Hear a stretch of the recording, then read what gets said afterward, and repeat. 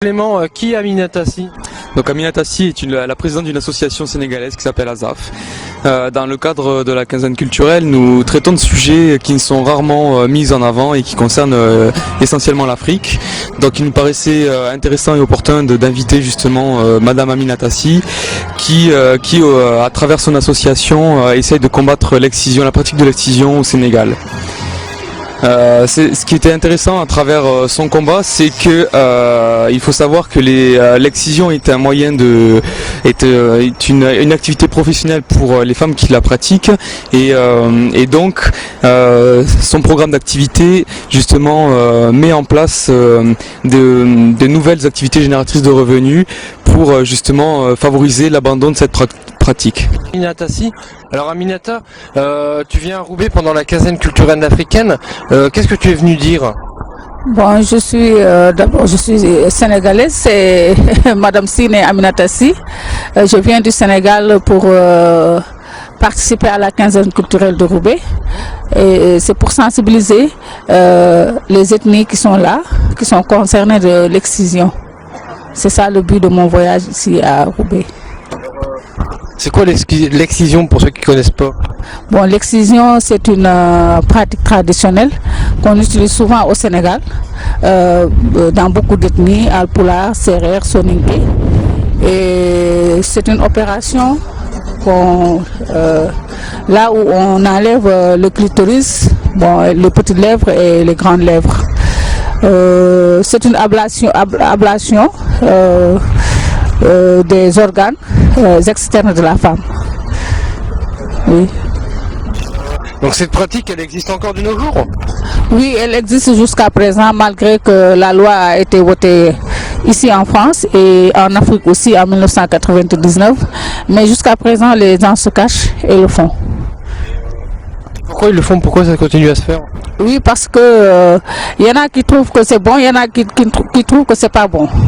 Donc la majeure partie actuellement trouve que c'est pas bon, mais comme vous le savez, au Sénégal, dans nos ethnies, surtout dans l'ethnie Halpulaar, c'est des conservatrices. Donc c'est pas très facile pour leur dire de laisser subitement leur tradition et qu'ils le fassent. Mais moi, en tant qu'excisée issue de cette famille, exciseuse, je continue mon combat parce que je sais que je suis musulmane et je sais que l'excision n'est pas autorisée dans le Coran. Et je sais aussi que le prophète Mohammed sallallahu alayhi wa sallam, il a eu 4 filles et ses filles ne sont pas excisées.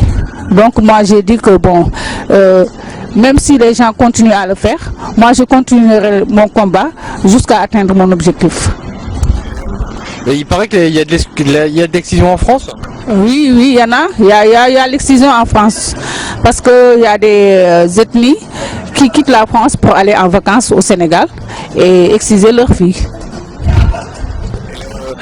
C'est quoi la vie d'une fille ou d'une dame excisée?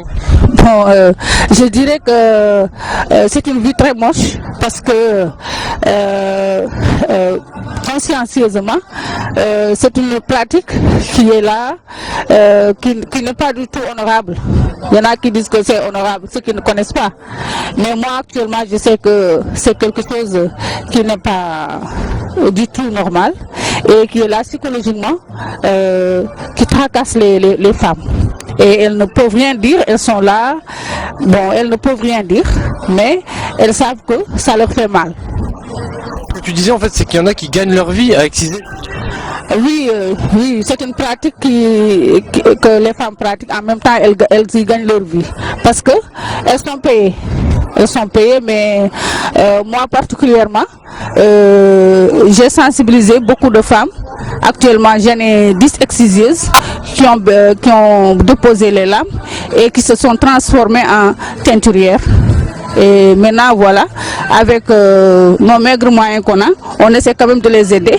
Et c'est par là que je citerai la CRAO, qui est une association qui est ici à Roubaix et qui est notre premier partenaire, qui nous aide beaucoup. Tu as tenu une conférence en mairie pour expliquer tout. Oui, j'ai tenu ici une conférence et j'ai expliqué comment ça se passe et les effets secondaires et tout, les conséquences et tout, j'ai tout expliqué. Parler de lame, c'est comment ça se passe une excision? Bon, une excision, c'est une pratique qu'on fait avec une lame. On peut dire que c'est une opération qu'on fait avec une lame pendant le moment de l'opération. On immobilise la fille. Bon, on la prend par les bras, on écarte les jambes et aussitôt on fait l'opération sans anesthésier, sans faire rien du tout. Donc c'est une opération qui est grave pour la santé de la jeune fille parce que ça peut apporter des conséquences terribles. L'hémorragie, il y a des conséquences qui sont beaucoup.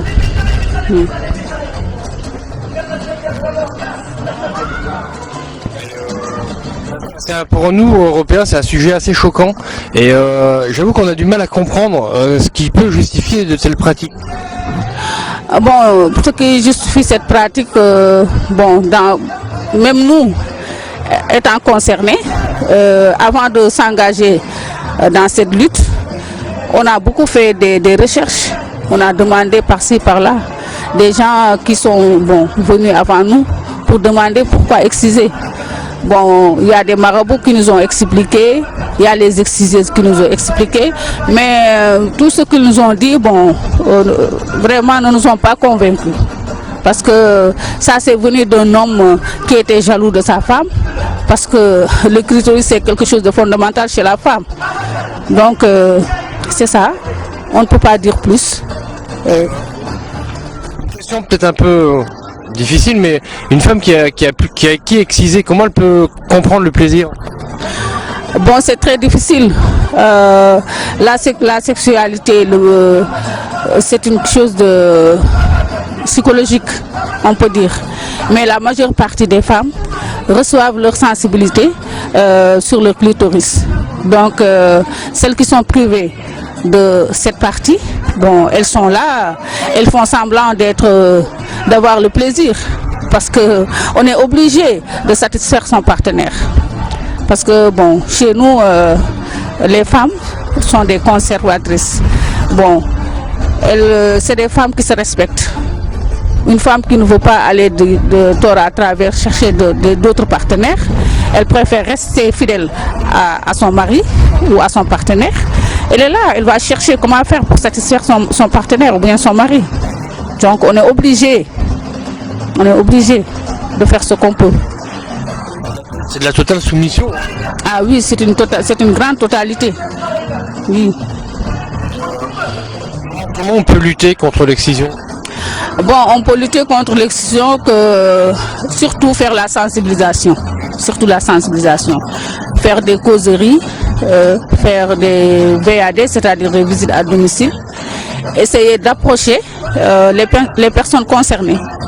Parce qu'on ne peut pas faire les causeries sans aller directement vers les principales personnes. C'est-à-dire ceux qui sont excisés et ceux qui sont de ces ethnies.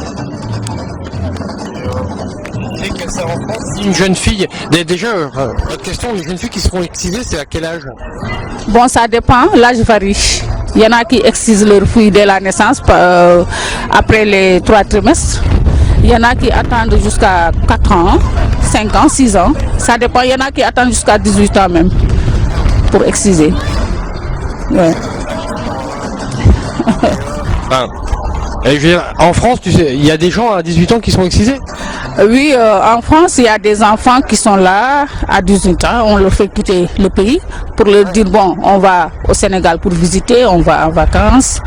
Elles sont là, elles n'ont jamais parti en Afrique. Elles sont contentes d'aller visiter, d'aller voir ce qui se passe.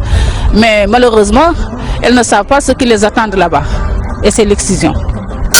Arrivées là-bas, elles sont obligées d'accepter parce qu'on leur fait ça de force. On leur dit que vous devez le faire parce que vous êtes musulmans, vous devez le faire parce que c'est traditionnel et c'est notre culture. Vous n'avez pas le droit de ne pas le faire. Parce que si vous ne faites pas l'excision, vous n'êtes pas une femme pure, vous n'êtes pas de la société, on ne vous considère pas. Donc les filles, elles sont là, elles sont obligées parce qu'elles ne savent pas ce qui se passe et elles ne sont pas bien informées. Donc moi, c'est surtout ça qui m'a fait debout pour lutter pour ces futurs parents. Nous, on on a été déjà victime parce qu'on nous a excisés à bas âge, on ne savait pas.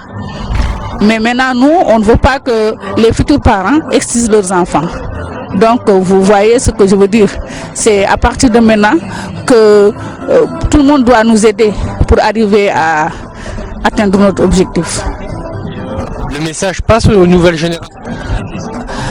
Oui, ça commence à passer. J'étais là l'année dernière. La CRAVO m'avait invité. J'ai passé ici la quinzaine culturelle avec eux. Bon, je ne dirais pas que l'année dernière que tout était négatif. J'avais pu quand même faire passer mon message. Mais cette fois-ci, je dis que ça se passe très bien parce que parfois je rencontre des jeunes filles qui m'interpellent et me posent des questions et que je réponds. Et que ces filles, bon, elles sont partantes sur ce que je fais. Elles acceptent de se rallier derrière moi. Donc je dis que c'est un grand pas. Ils veulent rentrer en contact avec toi, comment ils font? Bon, ceux qui veulent prendre contact avec moi, souvent, elles prennent les contacts avec Clément, qui travaille à la CRAO, ou bien avec le président de la CRAO, M. Serine Diop. Contre l'excision, ils se renseignent comment? Ils se renseignent où? Bon, ceux qui veulent se renseigner, bon, ils font comme tu as fait, hein. Rencontrer Clément, parler avec lui, et puis moi, il n'y a pas de problème. Parce que moi, je suis là, mais je tends la main à tout le monde. Je dis qu'à chaque instant, je suis prête pour qu'on m'interpelle et pour qu'on me pose des questions sur ce sujet. Parce que c'est un combat que je mène et je ne suis pas là à dire que celui-là, il est concerné ou celui-là, non. Tout le monde est concerné parce que c'est une violence qui est faite aux femmes.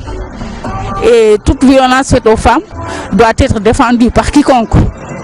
Donc moi je tends la main à tous ceux de loin et de près qui peuvent m'aider. Des organismes, des associations, des faiseurs de biens et tout. Parce qu'on est là, on est une association qui n'a pas assez de moyens financièrement et logistiquement. Donc on ne peut pas fermer les portes pour dire qu'on parle à les concernés seulement. Non. Tout le monde est concerné parce que vraiment c'est quelque chose qui se pose sur la santé d'une personne. Donc je ne vois pas pourquoi fermer les portes. Tu aurais quelque chose à ajouter?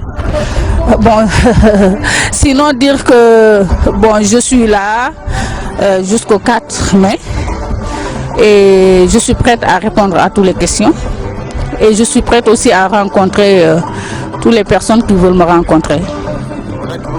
Merci. Au revoir.